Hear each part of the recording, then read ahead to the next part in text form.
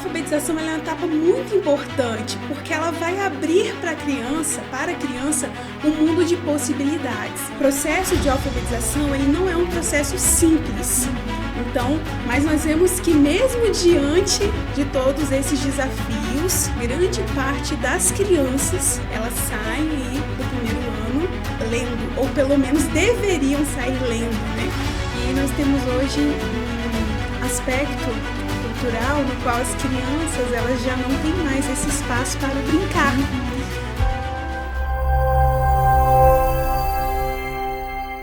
Olá, meu nome é Ana Paula de Menezes e hoje no Aflorar Podcast nós vamos conversar sobre saúde mental e alfabetização. E nossa convidada de hoje é a Jéssica Guedes. Seja bem-vinda, Jéssica. Muito obrigada. Então, gente, a Jéssica, ela é pedagoga, pós-graduada em docência no ensino superior, professora dos anos iniciais do ensino fundamental e pedagoga pela Secretaria de Educação de Anchieta. Nossa, bastante coisa, né? Então, Jéssica, vamos, começar. Aliás, a gente já começou, né? Jéssica, você acha que a emoção vem antes das letras e dos números? Então, vamos lá. Primeiramente, eu quero agradecer a Ana Paula pela oportunidade de estar aqui, de juntas nós conversarmos sobre questões que são muito importantes, não apenas para a criança, mas sobretudo para as famílias, que muitas vezes se sentem perdidas nesse processo de acompanhamento do filho, ao longo da educação básica e para além dela. Então, falar das emoções é muito importante no processo de ensino e aprendizagem, sobretudo no que compete à alfabetização. E nós não poderíamos deixar de citar o Vallon. O Vallon ele é um teórico muito importante para nós, porque ele vai tratar justamente da importância da afeição nesse processo de aprendizagem. Então, o primeiro aspecto é que, sim, essas emoções elas vão reverberar de uma maneira positiva ou negativa no processo de ensino e aprendizagem. O primeiro aspecto, porque o ser humano ele é integral.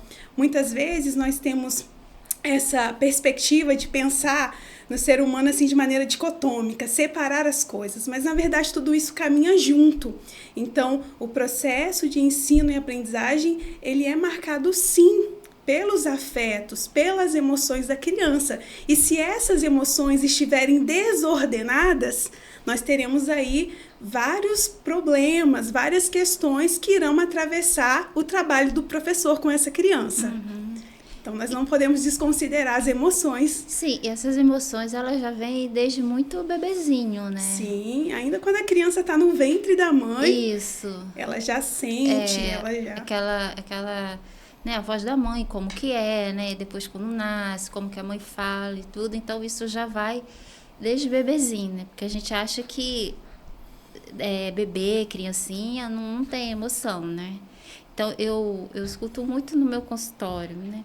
Assim, fulano é muito agitado, né? Desde bebê ele é muito agitado.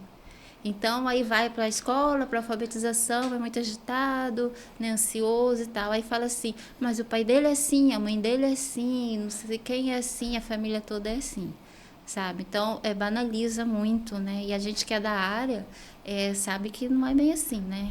Que tem que tratar também, tem que ver, Exatamente. tem que buscar o que está acontecendo. Né? Então, a emoção, ela é muito, assim... desde os primeiros meses mesmo, né? Que a criança já vai desenvolvendo. Existem estudos, inclusive, realizados com mulheres que passaram por um período de estresse muito grande durante a gestação, e essas pesquisas mostram que ao longo do desenvolvimento humano dessa criança e posteriormente até na vida adulta, esses desafios que foram enfrentados pela mãe geram impactos significativos, inclusive a ansiedade. Ela está associada justamente a esse fator, né, de estresse durante o período da gravidez. Então, é muito importante que nesse processo de gestação a mulher ela tenha esse olhar atento para si, para suas emoções, para que essa criança possa ter um desenvolvimento aí maravilhoso. E é possível alfabetizar com empatia? É necessário que se alfabetize com empatia, porque a criança ela vai aprender melhor se ela se sentir amada, acolhida, compreendida pelo professor. Porque a alfabetização ela é uma etapa muito importante, porque ela vai abrir para a criança, um mundo de possibilidades. O mundo vai se apresentar de uma outra maneira, porque até então, essa visão de mundo ela ainda é muito limitada. Eu sempre digo que a capacidade de compreensão do mundo está intimamente ligada à linguagem. Então, nesse processo de alfabetização, a criança vai se apropriar do mundo a partir da linguagem oral e escrita. E é muito interessante quando nós estudamos os pedagogos antigos, a pedagogia clássica, na qual eles dizem o seguinte, que tudo começa por meio da linguagem. Então, por meio da apropriação da gramática, por meio das ferramentas lógicas, para que essa criança consiga pensar de uma maneira lógica, para que essa criança consiga se expressar por meio da escrita de uma maneira clara, de modo que ela também consiga falar com clareza para expressar suas ideias. Então, todos esses aspectos, eles são fundamentais. E o professor, ele é esse mediador. Dentro da pedagogia do desenvolvimento, Vygotsky ele vai tratar disso, do professor como aquele que faz a mediação. Ele é um sujeito mais experiente diante da vida, diante de todo o ensino que ele tem para possibilitar para essa criança, para esse sujeito, e essa criança é alguém também ativo nesse processo, que ainda não se apropriou de determinados elementos, conhecimentos, e com auxílio desse mediador é que ela vai conseguir avançar e se desenvolver melhor, né, ao longo desse processo. Porque, assim, a criança, quando ela vai para a escola, assim, na alfabetização, Sim. né, não foi mais cedo, né? Às vezes a criança vai bem novinha, né? Mas ela chega na escola com 5 anos, por exemplo, 6 anos, né? Que é o momento, né, da alfabetização. E ela vem de casa. Então, quando ela chega na escola, é um estresse para ela, né? Ela não sabe o que vai acontecer, ela não conhece ninguém, ela não tem um histórico de escolinha antes, né? Então, ela fica, assim, perdida, né? Então, o professor, deve acolher, né? Sim. Deve perceber isso, né? Porque, assim, eu adoro, assim, os professores, sabe? Porque na minha vida passaram professores, assim, maravilhosos mesmo, bênçãos, assim, alguns são bênçãos. E, assim, muitas deles, você vê que faz além do ofício de ser professor, Exatamente. né? Muito mais além. E, assim, e não é só na infância, né? Toda vez que a gente vai estudar, a gente vai ter um professor. Então, assim, eu acho que deveria ser mais valorizado, sabe? Acho que deveria ganhar muito bem, porque todo mundo precisa de professor. Todo mundo que estuda precisa de professor. Então, assim, é uma pena que essa valorização não existe. Assim, até existe, mas deveria ser mais valorizado financeiramente, porque às vezes os professores querem fazer curso, né? Por exemplo, um professor que alfabetiza crianças. Às vezes ele quer fazer um curso sobre autismo, por exemplo. Sim. Ele vai fazer que horas? Ele vai fazer como? Com qual dinheiro? Como é que ele vai fazer? Então, assim, não tem muita oportunidade para evoluir nesse sentido, assim, né? Exatamente. O professor tem que sempre abrir mão. Então eu não vou dar aula de manhã, ou não vou dar aula tarde, ou não vou dar aula à noite, porque eu preciso fazer esse curso, eu quero fazer. Mas, ao mesmo tempo, precisa pagar o curso, né? Exatamente. As despesas e tal. Então, é uma coisa, assim... Eu acho, assim, até triste, né? Porque os professores são maravilhosos. Meus filhos tiveram professores excelentes também. A gente pega uns que não são, né? tão bons assim. Mas a maioria, assim, são excelentes, sabe? Que bom. E você tocou num ponto, assim, fundamental, que é a valorização do professor. E essa valorização, ela começa justamente por oferecer ao professor condições dignas de trabalho. Quando nós pensamos, por exemplo, na situação da Finlândia, que é um país que tem se destacado muito, né, no PISA, tá ali no ranking dos primeiros lugares, das primeiras posições. Não sei se caiu, mas já esteve em primeiro lugar. Lá o professor é extremamente valorizado. Não é qualquer pessoa que pode ser professor. Existe todo existe um padrão, existem muitos requisitos que são exigidos. Então, esse país oferece condições para que esse professor possa se dedicar integralmente ao seu trabalho.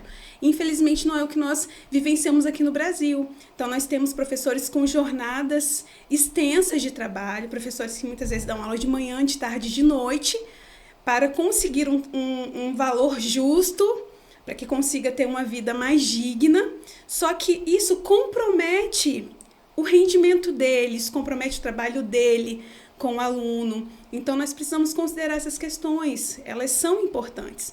Quando nós olhamos para outros países, como, por exemplo, a Itália, que é referência em educação infantil, nós temos ali toda uma valorização em torno desse educador da infância. Então, o avanço na educação brasileira, ao meu ver, ele estará associado, deverá estar associado à valorização docente, de modo que essa valorização passe por oferecer condições justas, adequadas para que o professor possa desenvolver o seu trabalho com excelência. Porque é muito fácil culpabilizar o professor, mas nós temos que olhar todas as condições que estão ali perante aquele cenário para que nós sejamos justos, né? Ao fazer, assim, tais críticas, tais julgamentos, né? Mas ainda assim, como você colocou, apesar de todos os desafios, nós temos professores excepcionais que desenvolvem um trabalho de qualidade, que promovem uma educação pública, gratuita, com excelência. Então, são profissionais que estão de parabéns e que são pontos fora da curva, sim, né? Podemos dizer. A maioria, eu acho. Uhum. A maioria dos professores, assim, excelentes, sabe? Então, eu já assim, na infância, né, dos meus filhos, assim, até na minha também, né? Uhum. Assim, já tem um tempinho. Então, eu comparando... Na minha época, eu também tive professores maravilhosos. E comparando com agora, eles também continuam maravilhosos. Só que a época é diferente, né? A maneira de ensinar, porque mudou muito. Uhum. Mas, assim, eles continuam fazendo o papel deles, né? Assim, muito, muito bem feito. E no processo de alfabetização, eu acho, assim, que é uma... Além de ser uma criança, né? Eu acho que para o professor é um pouco assim desafiador, né? Cada turminha é um desafio. Por mais experiência, né, que tenha, e tem a questão familiar também, né? Tem família que não ajuda muito, né? Então, às vezes pode comprometer o trabalho do professor, e o professor ali firme, né? Tentando e querendo melhorar aquela criança que vai aprender a ler, que uns, né? São mais, assim, demora um pouquinho mais, né? Sim. Tá, mas você acredita, assim, as emoções podem interferir nas dificuldades de aprendizagem? Sim, então, vamos lá. É só voltar no ponto que você tocou, que eu acho extremamente importante, né? Na questão da alfabetização. Sim. Então, vou trazer um exemplo.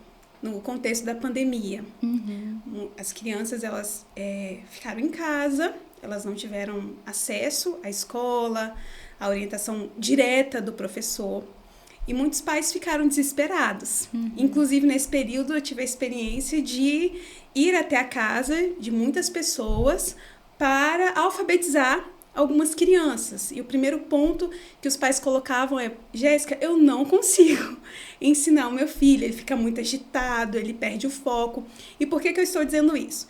Então, vamos considerar, ensinar um aluno já é, por si só, desafiador, porque cada criança é uma criança diferente, tem a sua singularidade, tem a sua personalidade. Agora, vamos pensar no contexto da sala de aula, em uma turma com, no mínimo, 25 alunos. Então, são 25 alunos com as suas múltiplas características, com a sua cultura familiar. Dentre esses alunos, nós temos aqueles que são público-alvo da educação especial, que carecem de uma assistência a mais, de uma flexibilidade nesse currículo, que carecem de recursos especiais, né, alternativos, para que essa aprendizagem também seja possibilitada a eles. Então, imagine, um professor numa turma com 25 alunos, cercado por essas demandas externas e também da própria sala de aula, considerando cada aluno. Então, isso por si só já é muito desafiador. Então, o processo de alfabetização, ele não é um processo simples. Então, mas nós vemos que mesmo diante de todos esses desafios, grande parte das crianças, elas saem aí do primeiro ano lendo, ou pelo menos deveriam sair lendo, né? Então, no contexto das escolas públicas, nós vemos que isso é muito recorrente, né? Grande parte das crianças, elas já saem ali do primeiro ano para o segundo ano com essa apropriação muito boa, com esse processo de alfabetização consolidado ou quase consolidado. E nas instituições privadas, muito mais, né? Porque são turmas menores, condições de trabalho um pouco melhores. Então, esse processo de alfabetização, ele exige muito do professor. Então, realmente, aí voltando para a sua pergunta, para a questão das emoções. Então, imagine, se essas crianças estiverem no contexto da sala de aula com as emoções desordenadas, esse processo não vai ocorrer de uma maneira exitosa. Então, é importante que os pais, eles também auxiliem o professor nesse processo. Acontecer algo atípico na rotina dessa criança. Então, é importante que isso seja passado para a escola, para o professor, para que durante aquela semana ou durante aquele mês, o olhar seja mais atento, seja um pouco mais diferenciado. Porque imagina, uma turma de 25, por mais que o professor ele queira dar essa atenção, essa educação mais personalizada, mas ele é um só. Às vezes conta com a ajuda de uma assistente. Então, é importante que essa parceria ela ocorra. Então, esse contato direto com os pais, do professor assim, ter essas conversas para compreender o seu aluno melhor. Então, tudo isso passa pela via das emoções. Né? Como que essa criança ela se relaciona com os pais, como essa criança ela reage quando é contrariada, porque um outro processo é que essa criança ela vai estar interagindo não apenas com o professor, mas com os colegas o tempo todo. Então, lidar com essas emoções é muito importante para que esse processo ele ocorra de uma maneira mais fluida, vamos colocar assim. Tá, e também tem a questão das crianças, como que elas chegam na escola. Né? Como que em casa, como que é o contexto familiar. Né? Porque, às vezes, né, nas escolas, assim, eu não trabalho com escolas, assim, diretamente Sim. de estar nas escolas, mas é o que eu ouço no consultório. E também, né, quando meu filho mais novo, né, era pequeno, né? Então ele estudava numa escola e ele saiu lendo e escrevendo na escola, né? Com 5 anos, ele sabia ler e escrever. Eu vim para cá e coloquei ele numa escola. Eu precisava que ele estudasse de manhã, porque eu tinha conseguido um trabalho de manhã. Sim. E eu não conseguia escola porque era só à tarde, né? Pro primeiro ele veio para o primeiro ano aqui. Então, aí eu achei uma escola de manhã, uma escola pública, e ele foi de manhã. Então, ele chegou lá lendo e escrevendo. Chegou no meio do ano, ele não teve evolução nenhuma. Assim, porque assim, a criança, ela sabe ler e escrever, mas você vê que ela vai desenvolvendo Sim. mais palavrinhas, né? Letra cursiva, né? Não só de forma. Então, eu ia na escola e perguntava, como que tá o desenvolvimento dele? Ah, tá bem. Tá bem como? Porque, né, você estava falando das famílias, uma família atenta, ela vê que a criança não está evoluindo. Então, a gente conhecendo o nosso filho, a gente sabe por que não está evoluindo. Então, eu ia na escola e aí tinha uma aula chamada letramento. Eu cheguei para a professora e perguntei qual o trabalho que ela fazia e o que era letramento. Ela não soube me responder. Eu falei assim com ela, mas como que você que trabalha com isso não sabe? Eu fiquei tão horrorizada, fiquei chocada, porque eu acho que a pessoa tem que saber o que ela faz. Sim. Eu sou psicóloga, então eu tenho que saber o que é psicologia. Você é professora, né? Então, é pedagoga também. Sim. Então, como que funciona a pedagogia? Como que alfabetiza? Como que a pessoa não sabe? E aí eu fui indo e depois ia de novo, porque eu queria ele desenvolvendo. Porque ele estava desenvolvendo muito rápido. A conclusão que eu cheguei, a escola não estava ensinando como deveria ensinar. Então, as crianças que os pais não questionavam, estava tudo bem. Os que questionavam, tipo eu, lá vem a mãe de fulano, é chata, ela não sabe. Eu conversava com a pedagoga, nada. E aí ele estudou esse primeiro ano e eu tirei ele da escola, botei numa outra. Quando ele foi para outra escola, as crianças já estavam fazendo o segundo ano, já estavam fazendo letra cursiva, já estava desenvolvendo, e os livros que ele tinha eram os livros assim, muito fraquinhos, sabe? E aí ele foi para outra escola, aí teve os livros bons e tudo. Então, e ele não tem problema de aprendizagem. Sim. Então, acontece também o contrário. A criança ser inteligente e não evoluir. Então, eu tirei ele da escola e botei na outra escola, a professora, né, maravilhosa também, uma bênção, que falou, olha, ele não foi ensinado as coisas que a gente aprende aqui. E a gente deu em cima, com 2 meses ele já estava acompanhando a turminha. Que bom. Sabe? Então, nem sempre é um problema da criança, né? De aprendizagem. Exatamente. Porque a gente sabe o filho que a gente tem quando a gente está atenta. Então, a gente também precisa, né? A gente está falando aqui de professores maravilhosos e tal, mas tem uns que ficam assim, a própria escola como um todo, sabe? Sim. Fica assim no morninho, né? Então, a criança tem tudo para evoluir e não é feito nenhum trabalho para estimular. E entra na questão da formação docente, né?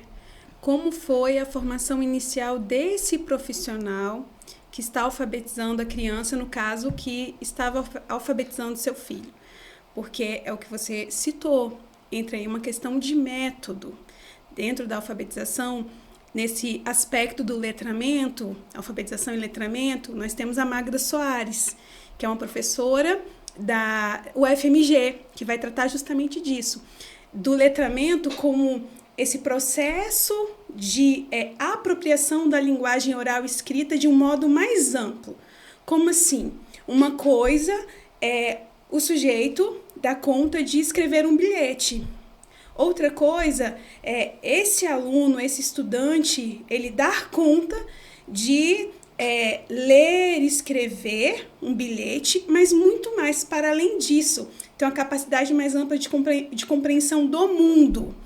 Esse sujeito dá conta do bilhete, de escrever um bilhete, mas também dá conta de escrever uma dissertação de mestrado futuramente, uma tese de doutorado, de escrever um livro. Então, quando nós falamos do letramento, nós falamos dessa apropriação dentro dessa perspectiva da Magda Soares, essa apropriação mais ampla da linguagem, digamos que uma alfabetização plena. E nós temos aqui no contexto do nosso estado, né, a Gontijo, que vai tratar justamente da alfabetização por uma outra perspectiva. Né? Então, assim, ela vai trazer a alfabetização como esse processo mesmo de apropriação da linguagem oral e escrita, sem que haja necessidade de romper, né? De trazer essa outra nomenclatura do letramento. Então, são diferentes perspectivas, mas que em algum ponto dialogam. E aí, dentro desse aspecto, entra a questão do método. Então, nós temos aí diferentes métodos. No processo de alfabetização, nós temos o que nós chamamos de métodos sintéticos, que vão das partes para o todo, ali começando pelo som, depois pela sílaba e seguindo uma sequência. E nós temos os métodos analíticos, que fazem um caminho inverso, que é do todo para as partes, tomando, por exemplo, o texto como ponto de partida. Então, esse professor alfabetizador, ele precisa ter esse domínio desses diferentes métodos para que ele possa identificar qual que é o método mais adequado. Às vezes, o método silábico, ele pode ser mais adequado para uma criança. Mas, em determinado aspecto, o método fônico, que também é um método sintético, ele vai se encaixar melhor naquela dinâmica de aprendizagem. Às vezes, para uma outra criança, o método analítico vai dar certo. Embora eu não seja adepta desses métodos analíticos, mas o professor ele precisa estar aberto e dominar esses diferentes métodos para que ao longo da sua prática pedagógica, ele possa ir percebendo os seus alunos, ele possa ir percebendo a sua turma, identificando qual o caminho que ele deve percorrer, para que essa trajetória ela seja exitosa, de modo que esse aluno ele não tenha um retrocesso no seu processo de aprendizagem, mas que ele continue avançando sempre, né? Porque esse processo de aprendizagem ele não se esgota, ele é contínuo. E muitas vezes, o que acontece com a criança? Ela perde o interesse. Talvez um dos fatores que tenham acontecido também ao longo desse processo é a perda de interesse do seu filho, o que gera assim, até mesmo um certo bloqueio, né, no processo, porque para ele talvez pressuponho que não seria interessante ficar ali, né? Sim. Até porque aquilo que estava sendo ensinado, talvez ele já tivesse aprendido. Então, para ele não era interessante. Porque ele teve um corte. Porque ele vinha no processo, lendo, escrevendo, ele leu, escreveu, já fazia o nomezinho, o meu, do pai, da família ali, nós, né? O irmão e tudo, já fazia. E ele chegou na escola, era no meio do ano, ele estava do mesmo jeito, sabe? Então, não tinha evolução. Mas eu sabia que era uma evolução porque não estava ensinando, né? Isso me faz lembrar, no consultório, um menino que chegou com diagnóstico do médico de autismo. E a gente, né, eu faço avaliação neuropsicológica, a gente fez e tal, né? Eu falo a gente porque a mãe também participou. Sim. No sentido de dar informações importantes e tudo. E aí chegamos à conclusão de que o menino não tinha sido alfabetizado. O menino estava com 8 anos, 9 anos, já ia fazer 9. E ele não tinha sido alfabetizado. Foi uma alfabetização problemática. Ela não se concluiu. E o menino, eu falei assim, vai ter que voltar para a alfabetização. Vai ter que algum professor que saiba ensinar a alfabetização, né, com o método, né, de acordo com ele, para poder ele conseguir. 1 ano depois, a mãe voltou. Disse que ele continuou na turminha dele, na escola, mas ela pagou um professor particular. Sim. Porque as pessoas acham que qualquer um pode ensinar a alfabetizar, pode alfabetizar uma criança. E não é bem assim, né? Tem todo um processo, né? Sim. Então, assim, é um negócio, assim, bem, bem sério, né? Porque pode dar problemas lá na frente. Exatamente. Né? Então, assim, eu vejo muito assim... ele não está sabendo ler nem escrever, que é o que pega mais forte, né?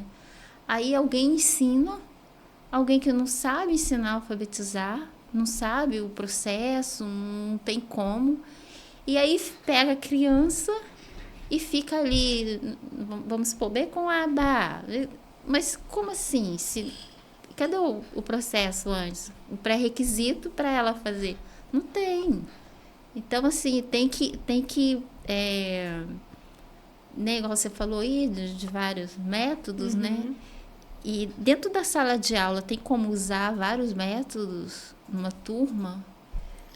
É necessário, né? É necessário que o professor ele tenha esse domínio de vários métodos e ele, à medida que o trabalho dele vai se desenvolvendo, ele vai aplicando, né? Claro que sempre há um caminho metodológico que nós vamos seguir, que o professor se familiariza mais, certo? Isso é normal. Mas quando eu toco nesse aspecto da metodologia, é no sentido de que, embora você tenha uma afeição por um determinado método, embora você tenha, digamos assim, até mesmo uma apropriação maior por um determinado método, isso não deve impossibilitar de que você se abra para essas outras possibilidades. Um exemplo, a aula não precisa ser sempre expositiva e dialogada. É necessário que, num dado momento, do processo de ensino-aprendizagem, isso seja mesclado com a aula prática.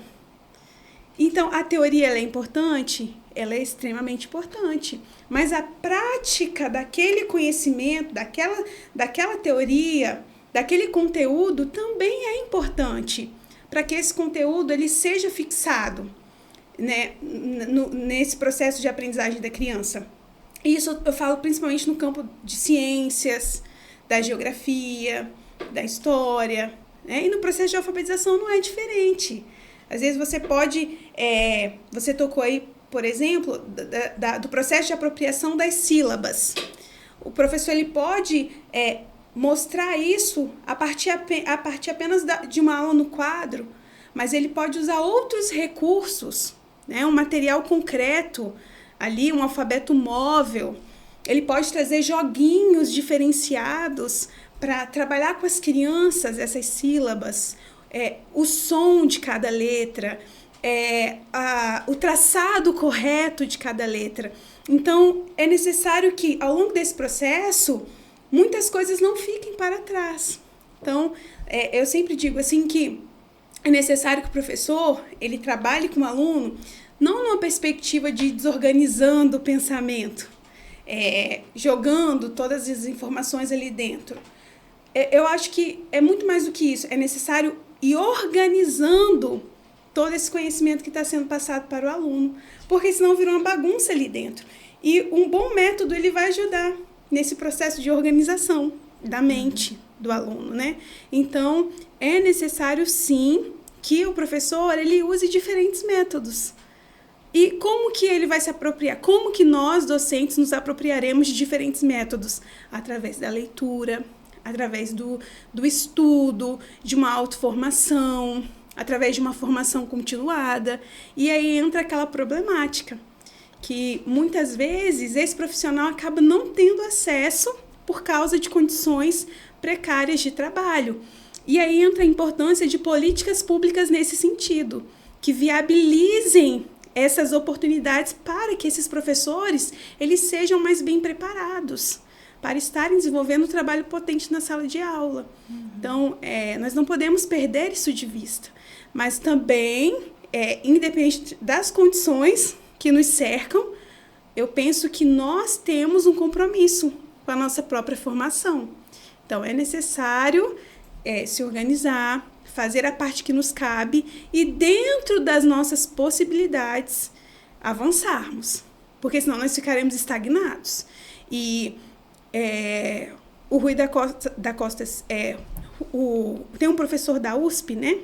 Professor Rui, ele vai falar o seguinte, que nós não trabalhamos com a matéria amorfa. Nós estamos lidando com seres humanos, que são dotados de capacidades, de potências, de emoções. Então, nós estamos lidando, né, com o ser humano. Então, se o nosso trabalho ele não se desenvolve de uma maneira adequada, nós estaremos comprometendo essa formação humana, né? Claro que não depende só de uma pessoa, mas o fato é que esse trabalho que não foi bem desenvolvido vai gerar implicações na vida dessa pessoa. Sim. Então, é uma responsabilidade muito grande. É muito grande. E assim, né, você falando, eu me lembrei assim, da alegria das crianças quando elas aprendem, né, os métodos e tal. Sim. E elas, quando elas começam a ler, né, ou escrever, né, a questão, né, do meu filho mesmo, quando ele chegou na turminha e viu que estava todo mundo fazendo a letra cursiva, ele olhou para mim, né, assim, em casa, quando ele chegou, ele olhou para mim e falou assim, mãe, meus coleguinhas já estão tudo fazendo uma letra diferente.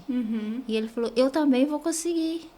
Sim. E ele estudava de tarde e de manhã, ele fazia, com 6 aninhos, ele fazia questão de estudar, porque ele queria acompanhar a turminha. E em 2 meses ele já estava acompanhando. Sim. Então, assim, a questão da alegria, da satisfação, né, de ver o professor ensinando, de demonstrando, indo no pátio, olhando, né, os recursos, né, visuais, né, no próprio assim, numa propaganda que tem, né? Então, isso tudo faz parte, né? E é muito, muito importante isso. Exatamente. E os professores, assim, eles se desdobram, né? Eles se desdobram de novo para poder conseguir aquela criança, fazer com que aquela criança evolua, né? Então, agora, assim, o que você acha, assim, da comparação entre os alunos?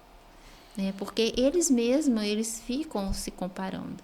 Né? Olha, Mariazinha já faz, eu não consigo, né? Eu estou atrasada, né? Então, até a família mesmo, né? O filho da minha amiga já sabe contar até 100 e você vai até 30, sabe? Então, isso aí já vai, eu acho que acaba minando um pouco, né? A autoestima da criança. Então, aí ela chega na escola e ela vê, nossa, minha mãe tem razão, meu pai tem razão, eu tô atrasada, né? Então, assim, a percepção do professor também, né? De ver esse atraso, né? Assim, esse atraso comparado com os próprios alunos da turminha, né? Você consegue perceber isso? Sim. Mas é difícil perceber? Não é difícil. O primeiro aspecto é que essa comparação geralmente surge dos próprios pais. Sim. Essa preocupação, porque o filho de fulano de tal já desenvolveu tais competências, habilidades, o meu filho não. O filho de fulano de tal já sabe ler, tem a mesma idade que o meu filho não. Então, é necessário ter um cuidado em relação a esse tipo de comparação, porque cada criança, ela tem a sua particularidade, ela tem as suas potências. Então, nós precisamos, porque esse aspecto vai gerar insegurança para a criança. Então, assim, claro que na sala de aula nós temos ali alunos que vão aprender vão aprender mais rapidamente e tem alunos que vão demorar um pouco mais, isso é normal, porque nós somos seres humanos diferentes, personalidades diferentes, criações diferentes, estímulos diferentes. Então, uma criança que cresceu num ambiente marcado por livros, os pais ali desde dos primeiros anos dessa criança já traziam aí os livros, já mostravam os livros, já estimulavam essa criança. Obviamente, essa criança ela vai se apropriar de um modo mais rápido. Aquela criança que não tem nenhum estímulo, ela vai demorar um pouco mais, significa que ela não vai aprender de modo nenhum. Ela vai aprender. Só que, veja, nós temos ali contextos diferentes e estímulos diferentes. Então, nós precisamos entender que cada circunstância é uma circunstância, cada família é uma família. Então, nós precisamos impulsionar essa criança a desenvolver-se tomando como referência ela mesma. Então, o Joãozinho está no ponto A. Então, o que eu preciso? Preciso olhar para o Joãozinho, fazer a parte que me cabe enquanto professora, os pais fazerem a parte que lhes cabe, de modo que ele saia do ponto A para o ponto B. Se o fulaninho já está no ponto C, ele precisa ir do ponto C para o ponto D. Ambos precisam avançar, ambos precisam evoluir. Cada um respeitando ali as suas questões que atravessam o contexto da sala de aula, o contexto familiar, a cultura. Então, todos esses aspectos, eles interferem.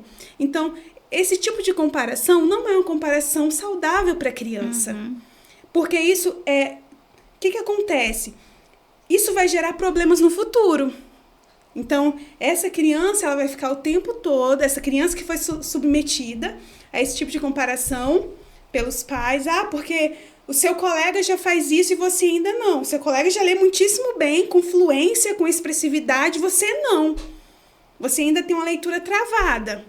Então, isso não contribui positivamente. Pelo contrário, isso pode travar, gerar uma insegurança maior nessa criança. E como psicólogo, você sabe melhor do que eu. Lá no futuro, essa pessoa ela vai se comparar o tempo todo. Ela vai achar que o outro estará sempre à frente em relação a ela. Então, assim, são questões que precisam ser muito bem trabalhadas. Claro que a comparação, ela vai acontecer o tempo todo. Na sala de aula, ela faz parte das relações humanas. Mas nós precisamos fazer a mediação no contexto da sala de aula para mostrar para os alunos que cada um tem as suas circunstâncias e que cada um precisa avançar. E que a grande questão é que nós precisamos olhar para o nosso cenário, para a nossa própria vida e tomar como referência nós mesmos e não o outro. Claro que o outro também, muitas vezes, ele vai ser um padrão de referência para a gente. Ele vai nos impulsionar. Poxa, meu colega já sabe ler. Então, se colocado de uma forma correta, ao olhar para o coleguinha da maneira certa, a criança vai olhar e vai falar, poxa, eu quero aprender a ler como o meu colega. Eu quero ler bem como o meu colega. Então, mas de um modo positivo e não negativo. Olhar para o colega a partir de uma perspectiva de encorajamento, de tomá-lo como modelo positivo. Então, e não uma comparação no seu aspecto negativo, a partir de uma perspectiva só de falta, de não dar conta. Porque a comparação às vezes humilha mesmo, né? Tipo assim, você é lento, você não vai conseguir, você tá atrasado demais. E para a criança ficar ouvindo isso, ela vai, né, minando a autoestima dela. Sim. E quando ela fica, né, maior, mais velha, até adulto, ela não consegue lidar com o trabalho, né, não consegue lidar com a faculdade, porque ela acha que é lenta mesmo para sempre, sabe? Porque enfiaram isso na cabeça dela. Né? Mas depois que a criança cresce, né, vira adulto, é interessante ela perceber, não, eu não sou lenta, olha quanta coisa boa eu sei fazer. Né? Tem horas que a gente precisa ser mais lento mesmo. Mas, assim, nesse sentido, é lento como lento em tudo, que não vai conseguir nada. Sim. Sabe? Isso é cruel, né? Preocupante, né? Porque que adulto é esse, né? Que profissional essa pessoa vai ser, sendo, né, com essa coisa na cabeça que é lento, que não consegue, que está sempre atrasado. Então, aí ele começa a ser um adulto que se compara muito com os outros. Sim. Né? E o outro é mais esperto, é mais inteligente, é mais rápido, né? Só que dentro do jeito dele, ele também consegue, porque nós não somos iguais, né? Exatamente. E nós temos potências e habilidades diferentes. Às vezes você tem uma habilidade muito grande para o campo da matemática. E eu não tenho. Até às vezes meu raciocínio lógico matemático ele é mais lento. Às vezes o outro tem a capacidade de escrita admirável, o que vai lhe permitir futuramente ser um grande escritor. Então, é enxergar que, ali naquele contexto, nós temos várias crianças com muitas habilidades e habilidades diferenciadas. Nós não somos bons em tudo. Então, há aspectos que nós temos, há campos do conhecimento que nós vamos ter mais inclinações. Outros não, e tudo bem. E aí, o que nós iremos fazer? Focar naquilo que nós temos facilidade e buscar, dentro da nossa perspectiva de vida, melhorar naquilo que a gente acha que é necessário, daquilo que é proveitoso para a nossa vida e que nós não somos tão bons. Então, tudo é a maneira como nós encaramos as coisas. Então, é necessário mostrar isso para as crianças. Olha, fulano, ele está tendo essa dificuldade nesse momento aqui, mas nós estamos trabalhando nisso para que ele avance, para que ele melhore, ele vai avançar, ele tem condições de avançar. Em contrapartida, na matemática ele é fera. Ele tem um raciocínio rápido, ele consegue fazer cálculo com facilidade.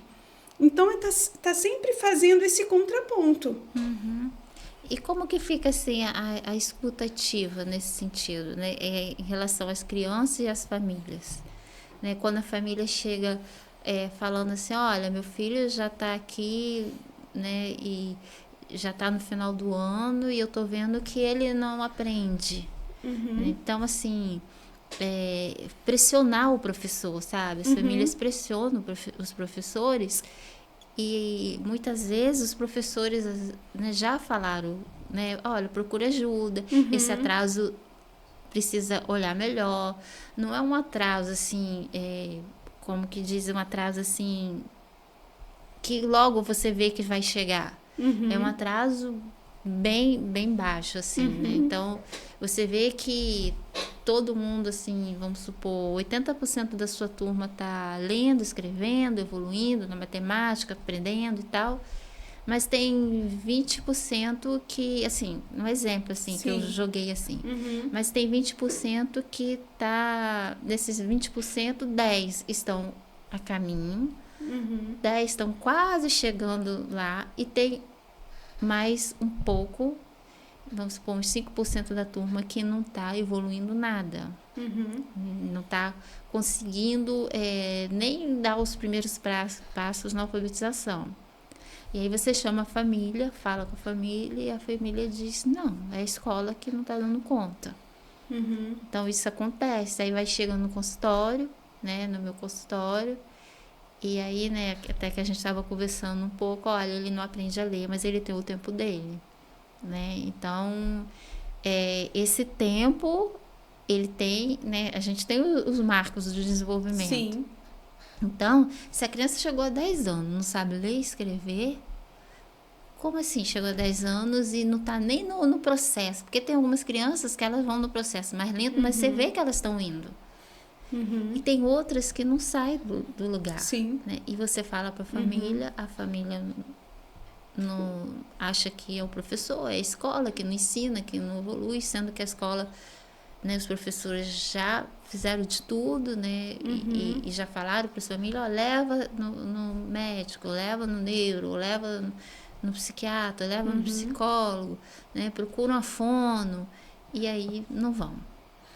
E aí bagunça o trabalho do professor e bagunça também a evolução da criança, porque ela começa a ter vários atrasos. Não está indo na leitura, aí não vai na escrita, não vai na matemática. Todo o resto fica comprometido. Não tem uma cognição boa para entender uma interpretação de texto, assim, curtinho, não tem, né? Do curtinho vai, né, pro maior, e aí não consegue nem o curtinho, os outros já estão indo, sabe? Então, assim, como que você lida com isso, assim? O primeiro aspecto é que, inicialmente, o professor ele faz ali uma diagnose da sua turma para identificar como esses alunos eles estão, como é o processo de aprendizagem, a fase do desenvolvimento. Então, no primeiro momento, tudo isso é feito. Então, essa observação ela é muito importante, porque a partir dela nós já conseguimos identificar muitos aspectos. Então, no decorrer desse processo, quando o professor ele identifica que esse aluno ele apresenta uma dificuldade extrema, que precisa de um suporte a mais, ele vai buscar o auxílio da família, ele vai procurar a família, chamar a família até a escola para conversar e procurar compreender como é esse contexto em casa, o que está gerando esse bloqueio na criança, porque eu já tive casos de alunos, não é que era dificuldade de aprendizagem, era um bloqueio emocional, era insegurança. E a partir do momento, eu tive um aluno 4º ano, que ele era bloqueado. E eu percebi, não é uma questão de aprendizagem, porque ele era muito bom nas outras matérias. Ele chegou no 4º ano sem saber ler, mas ele era muito bom na matemática, ele aprendia com facilidade as outras disciplinas. E à medida que eu fui conversando com a família, eu identifiquei que tinha um bloqueio. E eu comecei a trabalhar com ele a autoestima. Olha, fulano, você é inteligente. Olha como você é esperto. Olha como você aprende rápido. Você é capaz. Vamos lá. E foi questão de tempo. Pouco tempo para que ele se destravasse. E ele, de fato, se desbloqueou e a leitura fluiu. E junto com ela a escrita. Então, quando o professor, a grande maioria dos professores, quando eles identificam essas dificuldades, um padrão de comportamento muito fora daquilo que é esperado para a criança dentro da sua faixa etária, eles vão procurar esse apoio, esse suporte da família, eles vão dialogar, vão buscar ferramentas, só que é um trabalho conjunto. Nós nunca podemos perder isso de vista. A escola ela tem a sua parcela, mas a família também tem a sua parcela. E muitas vezes o que acontece, que você deve presenciar no consultório, é um jogo de empurra-empurra. A escola às vezes culpabiliza a família e a família também coloca na conta da escola. E o fato é que muitas vezes a criança acaba sendo prejudicada e não chega a lugar nenhum, né? Então, assim, o que nós precisamos assim, considerar diante desse cenário? É que existe ali um tempo, sim. Não é que a criança vai ter todo o tempo do mundo para aprender. Dentro dos marcos do desenvolvimento, existe ali um tempo no qual é esperado que ela se aproprie da leitura e da escrita. E quando isso não acontece dentro daquele tempo que é esperado, nós precisamos investigar o que está gerando esse problema para a criança. E aí nós precisamos, assim, buscar várias ferramentas. E muitas vezes até o auxílio de outros profissionais, de terapias, então de vários elementos que vão contribuir para que essa criança ela avance, para que essa barreira ela seja superada. Então, tanto a escola quanto a família precisam estar atentas. E o que acontece também, muitas vezes, é uma negação por parte da família. Ah, mas eu não aceito, não, vocês estão equivocados, o meu filho não é assim, em casa ele não é assim. Então, nós precisamos, assim, considerar também esses aspectos, né? E não é um processo simples, né? Não é um processo simples, não é simples para a escola, não é simples para a família, mas nós precisamos, em um cenário como esse, unir forças buscando o avanço dessa criança, buscando que essa criança tenha um processo exitoso de aprendizagem. Então... E a gente, assim, tem que ter muita cautela, porque uma criança, por exemplo, ela está na escola, ela está evoluindo bem, de repente ela para com tudo. Então, nem sempre é uma dificuldade de aprendizagem, né? Como você falou aí do bloqueio. Sim. Né? Já aconteceu, já tive, né, no meu consultório casos de criança que a escola mandou, disse que estava com uma dificuldade de aprendizagem, e a mãe sem entender, porque a criança estava indo bem, e aí de repente parou. Sim. E nós fomos investigar, a criança ela teve um bloqueio, porque os pais se separaram. E ela não conseguiu mais evoluir. Foi muito doído para ela. Sim. Porque foi uma coisa tumultuada também. E aí, para ela conseguir tirar esse bloqueio, ela teve que fazer psicoterapia. Né? O psicólogo Sim. e tal teve que fazer. Então, né, foi encaminhada até para o psiquiatra, porque estava com ansiedade muito alta e o médico preferiu não medicar. Mas, assim, você vê que nem sempre é uma dificuldade própria da aprendizagem, no sentido, assim, de maturação cerebral, por exemplo. Né? Porque a gente sabe que para a criança aprender, ela tem todo um processo cerebral, né, para poder, né, conseguir entender, reter, assimilar, né, memorizar. Isso tudo é feito aqui dentro, né? Exatamente. Então, se tem alguma falha alguma parte dessa, ela não vai evoluir.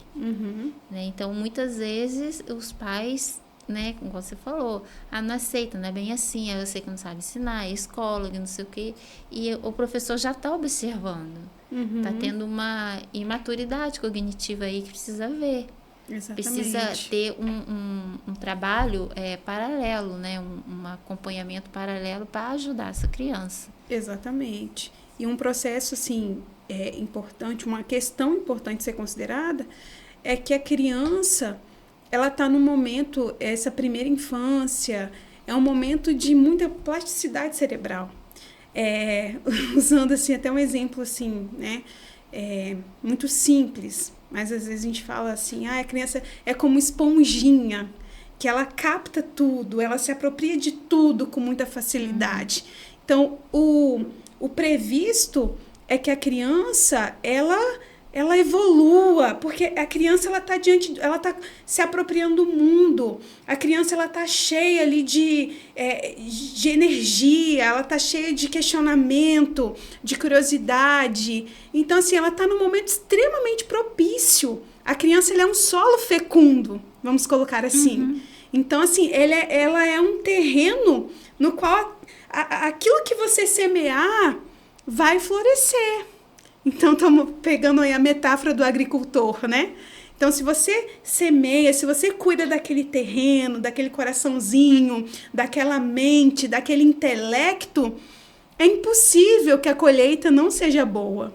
Só que é necessário ter paciência, é necessário compreender a criança na sua integralidade, é necessário ter um olhar atento, como nós falamos, uma escuta ativa dessa criança, olhar para as condições de vida, para a cultura, e a partir de então, trilhar com ela o caminho.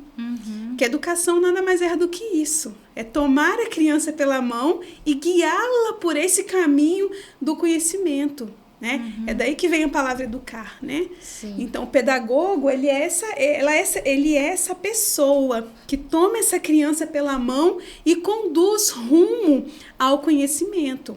Isso precisa ser feito de uma maneira muito competente, de uma maneira muito responsável, porque essa criança, ela é um solo fecundo. Sim. E a questão da paciência, né, também, né, igual você falou. Porque, assim, a criança está na escola, tá ali, todo vapor ali na turminha, o professor, né, ensinando, né, e as crianças ali interagindo e tal. De repente tem o recreio. E aí para tudo, o sinal toca, ou alguém chega e fala recreio, né, recreio e tal. A criança para tudo e vai pro recreio. Lá no recreio é um descanso, ela brinca, Sim. né, e tal. Quando ela volta, muitas vezes ela tem que continuar de onde ela parou. E aquilo ali, esse corte do recreio, né, intervalos, seja lá, né, o que for, né, a criança relaxou tanto que quando ela volta, ela precisa também de um tempo para entender que ela voltou aquilo ali. Porque é criança, é diferente da gente. Sim. Né? Então, assim, por exemplo, a gente está aqui, mas se chegar alguém aqui, a gente vai olhar e vai cortar a gente. Mas a capacidade de voltar é mais rápido. A criança não tem isso. Porque até, né, questões cerebrais mesmo por ser criança. E aí, às vezes, o professor fala assim, olha, vambora, que vamos retornar da onde parou, e não dá esse tempo, sabe? E aí a criança pode ficar angustiada, né? Nossa, eu não peguei, depois do recreio eu não peguei isso. Porque não deu esse tempo para as crianças se acalmarem, né? Chegando, que chega numa barulhada, né? Então, assim, essa paciência ela é muito importante no contexto, né, da escola, da alfabetização. Sim. E também o ambiente escolar também eu acho que é bem importante. Porque, assim, a criança vai para o recreio, né, tem lá o pátio, os brinquedos e tal, e não pode brincar porque o brinquedo está no sol. E aí a criança não pode sentar no brinquedo porque o brinquedo está pelando. Sim. Então, eu já vi isso, sabe? Não posso ir brincar. E aí fica tudo no pátio, elas ficam conversando ali, sendo que toda parte de brincar está no sol. E aí não pode. Né? Então, assim, o ambiente escolar, não só dentro da sala de aula, mas em toda a escola, também colabora muito para essa aprendizagem, né? E você tocou num ponto importante, que é a importância da brincadeira. Na educação infantil, o brincar, ele é um dos eixos, né? Juntamente com as interações. E nós temos hoje um aspecto cultural no qual as crianças elas já não têm mais esse espaço para o brincar. Antigamente, as crianças elas brincavam na rua, elas tinham assim, diferentes espaços mesmo para extravasar toda essa energia que faz parte da natureza da criança. Então, a criança ela chega na escola, que é esse espaço de ensino e aprendizagem, que é esse espaço de interação, e muitas vezes é nesse espaço da escola, no momento do recreio, que ela tem essa oportunidade de brincar, de interagir com os colegas, de extravasar toda essa energia que estava contida. E muitas vezes isso não é bem compreendido. É claro que dentro do contexto da sala de aula, nós vamos precisar sim de um ambiente mais calmo, mais tranquilo, para que esse processo, para que essas práticas pedagógicas elas sejam exitosas para a criança, mas considerando todos esses aspectos. Principalmente esse período aí pós-recreio, realmente as crianças chegam extremamente agitadas, depois da educação física também. Ora, isso é normal, isso é natural, e convém ali ao professor fazendo esse trabalho de aquietar as crianças, vamos relaxar, vamos acalmar agora o coraçãozinho, né? Agora nós vamos partir para um outro aspecto da aula, mas tudo isso de uma maneira muito consciente. A intencionalidade, ela é um fator muito importante no trabalho do professor. É necessário que você saiba o porquê que você está tomando determinada atitude e o para quê. Então, nós não podemos desconsiderar esse aspecto de que muitas crianças elas vivem em apartamentos. Então, elas não têm esse contato físico direto com outras crianças fora do ambiente da escola. E, claro, quando elas estão ali, elas vão querer aproveitar ao máximo esse momento. E o brincar ele é um elemento muito importante para o desenvolvimento da criança também. Então, ele gera implicações positivas, se bem aproveitado. Porque a criança desenvolve brincando, né? Sim. Explorando, vendo, tocando. Né? Então, se no ambiente escolar não tem isso, né? Na hora que chega, na hora do recreio, na hora que sai, que fica esperando os pais, né? A biblioteca, tem escola que a biblioteca fica fechada o tempo todo. Que é uma tem pena. Horário. Né? A criança tá ali chegando, né? Muitas já gostam de ler, vai lá, pega um livrinho.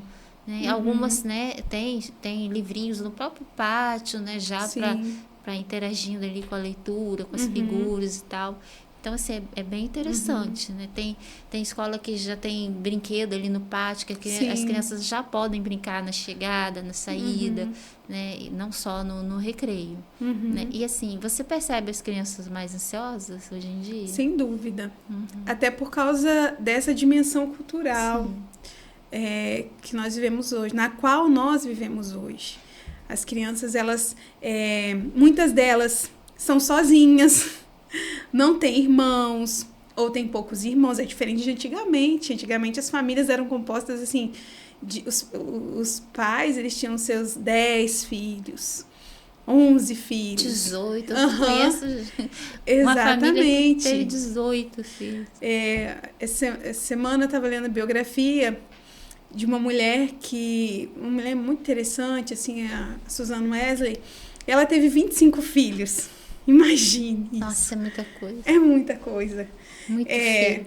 Então, assim, então imagine uma família grande. Ali eles vão brincar, eles vão brigar, eles vão, enfim, ter várias tarefas para fazerem, né? No contexto, assim, de antigamente, mesmo ali na infância, os pais atribuíam certas responsabilidades ali para os filhos. Então, essa energia ia sendo canalizada para diferentes meios. Então, hoje em dia, é diferente. A criança, ela fica ali enclausurada no apartamento, tendo contato excessivo com as telas. Muitas vezes essa criança nem sabe brincar sozinha. Então, hoje em dia, as crianças elas nem sabem mais brincar. Então, tudo isso vai contribuir para que esse nível de ansiedade aumente. E entre outras questões também que nós precisamos problematizar.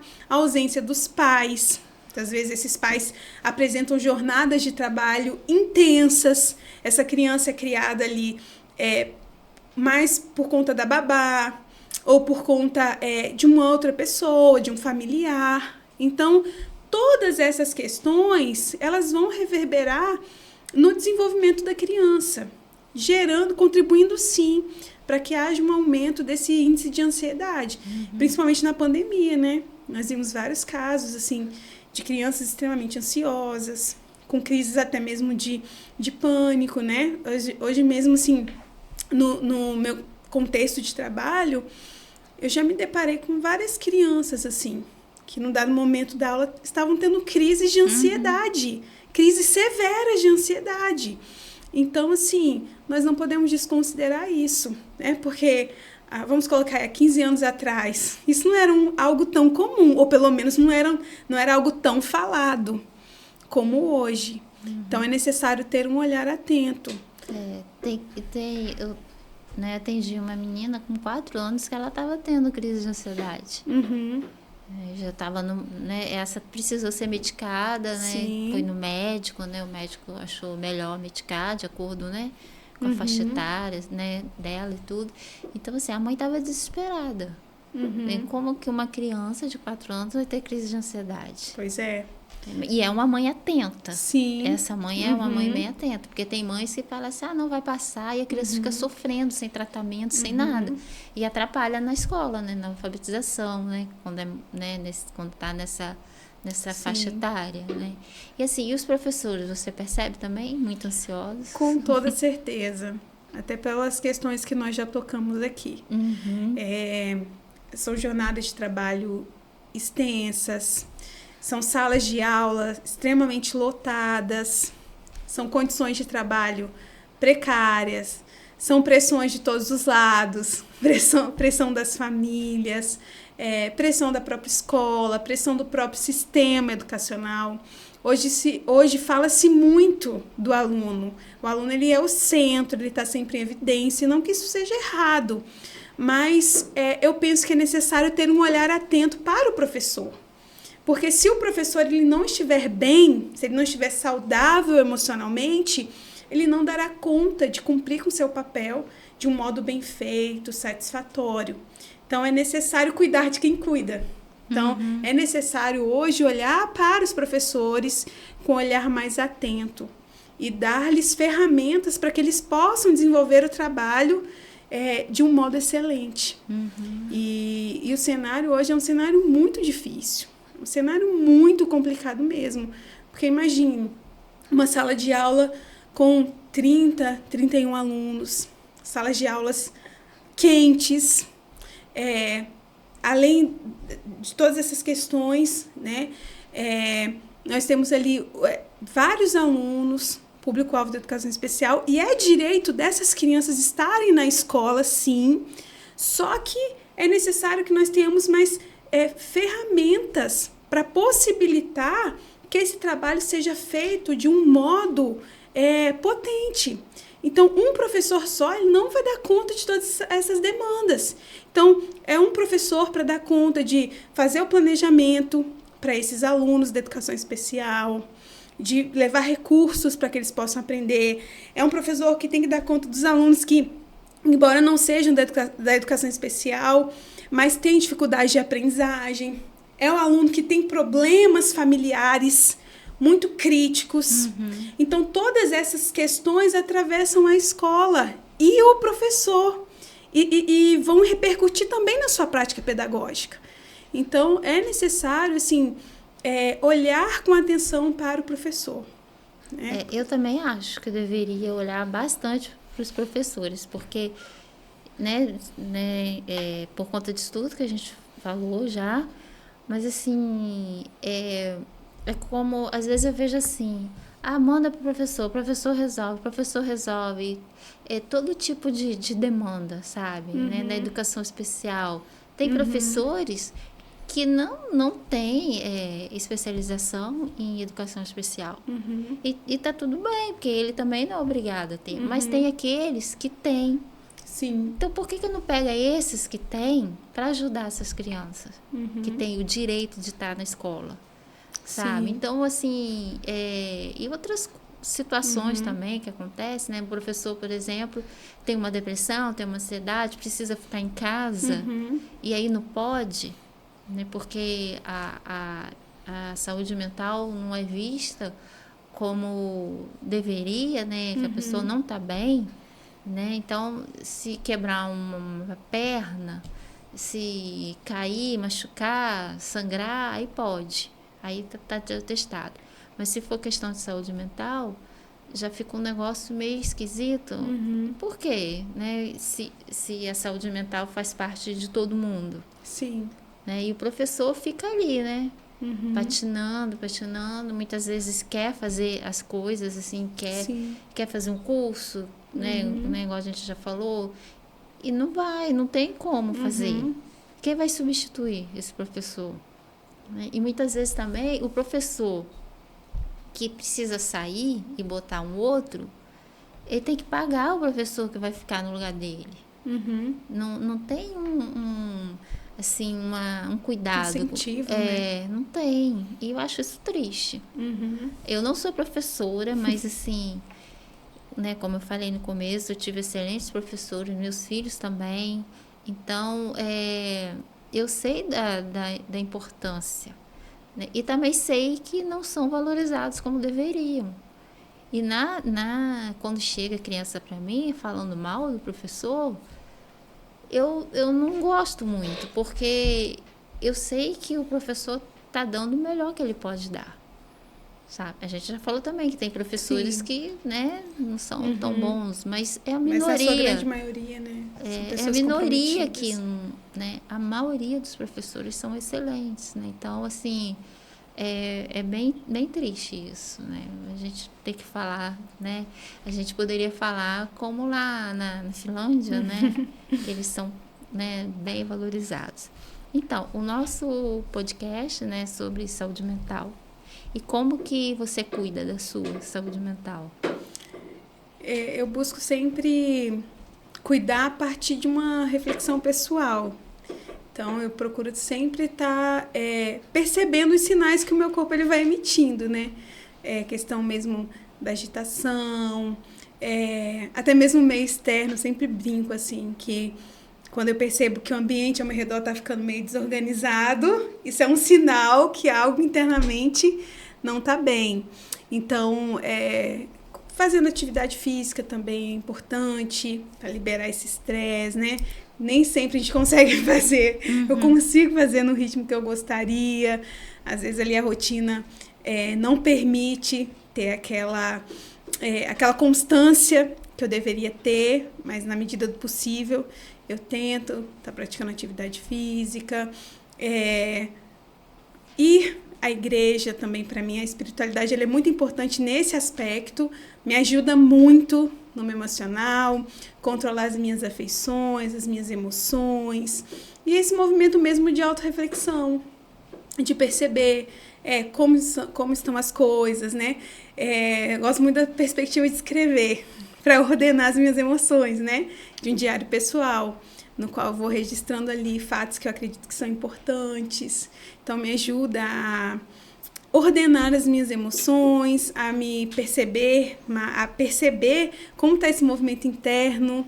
Então, assim, e é por aí, é mais ou menos por aí. Você não é solta, né? Sua saúde mental não é solta, assim, tipo um barco à deriva. E a conversa, né? Eu acho que você também, em determinados momentos de tensão, de estresse, procurar pessoas certas. Porque a cura vem através da fala, né? A terapia é basicamente isso, a cura através da fala.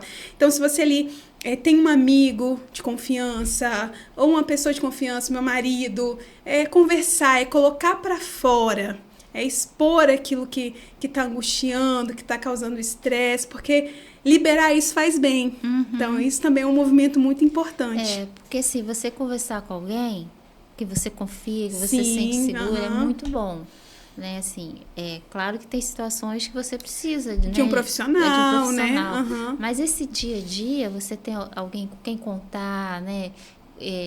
falar dos seus Sim. angústias é muito importante, até mesmo para o outro falar. Não seria o caso de você procurar ajuda, às vezes precisa, né? Exatamente. Mas essa situação de você ter alguém que te acolhe é muito bom, né? É muito importante.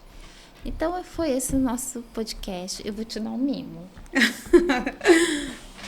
Olha. Ah, muito obrigada. É um mimo. Gente, que legal. Ah, que legal. Muito bom, gente. Que delícia. Ah, muito bom. Amei. Então, Jéssica, foi muito bom conversar com você. Aprendi bastante coisa, porque a gente conversa, né?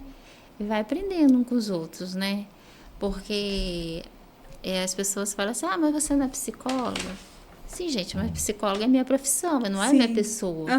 Né? Então, a gente tem que cuidar, sim, da saúde mental. O psicólogo também tem que cuidar. Sim. Né? Então, conversar com alguém assim que traz tanta informação boa, né, nesse contexto, né, dos professores, dos alunos, né, que a gente sabe que não é fácil, né, bem fácil, né, é bem difícil, não é fácil, e a gente vai que vai, né, a gente tem que, assim, o mundo não para, né, Sim. As coisas não param, você tem sua profissão, você gosta dela, se dedica e vai evoluindo. Tá? É isso mesmo, eu que agradeço pela oportunidade de estar aqui, de juntos conversarmos sobre questões que são tão importantes, né? E é isso. Eu sou muito grata, assim, pela oportunidade que tenho de lecionar, de trabalhar diretamente com os professores, ajudando no trabalho docente, no desenvolvimento das práticas pedagógicas. Há muitas questões que precisam ser problematizadas, mas também há muitos aspectos que são positivos, que são relevantes. Dentro desse cenário todo, nós já vimos avanços significativos, né, em direção à valorização docente. Claro que nós precisamos de mais ações nesse sentido, mas que nós possamos olhar com esperança, né, para o futuro, crendo que daqui a um tempo as condições serão melhores, né, para nós. Tem que pensar que vai melhorar, né? Porque olhar com esperança. Tem que ter. Tá bom? Então tá bom, muito obrigada. Eu que agradeço. Tem que falar ali, né? Né? Então, gente, hoje não esquece. Então, gente, esse foi o nosso podcast de hoje. Espero que tenham gostado e ajudado vocês. Obrigada. Tchau.